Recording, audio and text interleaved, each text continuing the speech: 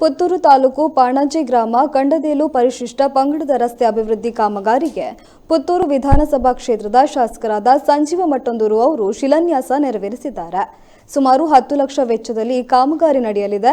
ಇದರ ಜೊತೆಗೆ ಕರಾವಳಿ ಅಭಿವೃದ್ಧಿ ಪ್ರಾಧಿಕಾರದ ವತಿಯಿಂದ ಇರ್ದೆ ಬೆಟ್ಟಂಪಾಡಿ ಗ್ರಾಮದ ಆಕರ್ಷಕ ಪ್ರವಾಸಿ ಸ್ಥಳವಾದ ಶ್ರೀ ವಿಷ್ಣುಮೂರ್ತಿ ದೇವಸ್ಥಾನ ಬೆಂದತೀರ್ಥಕ್ಕೆ ಸಂಪರ್ಕಿಸುವ ತೂಗು ಸೇತುವೆ ಕಾಮಗಾರಿಗೂ ಶಾಸಕರು ಶಿಲಾನ್ಯಾಸ ನೆರವೇರಿಸಿದ್ದಾರೆ.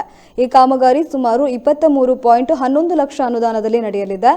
ಈ ಶಿಲಾನ್ಯಾಸ ಕಾರ್ಯಕ್ರಮದಲ್ಲಿ ಕರಾವಳಿ ಅಭಿವೃದ್ಧಿ ಪ್ರಾಧಿಕಾರ ಅಧ್ಯಕ್ಷರಾದ ರತ್ನಾಕರ ಹೆಗ್ಡೆ ಮುಟ್ಟಾರು, ಜಿಲ್ಲಾ ಪಂಚಾಯತ್ ಅಧ್ಯಕ್ಷರಾದ ಮೀನಾಕ್ಷಿ ಶಾಂತಿಗೋಡು, ತಾಲೂಕು ಪಂಚಾಯತ್ ಸದಸ್ಯರಾದ ಮೀನಾಕ್ಷಿ ಮಂಜುನಾಥ್, ತಾಲೂಕು ಪಂಚಾಯತ್ ಸ್ಥಾಯಿ ಸಮಿತಿ ಅಧ್ಯಕ್ಷರಾದ ಸಾಜಾ ರಾಧಾಕೃಷ್ಣ ಆಳ್ವ ಸೇರಿದಂತೆ ಊರ ನಾಗರಿಕರು ಉಪಸ್ಥಿತರಿದ್ದರು.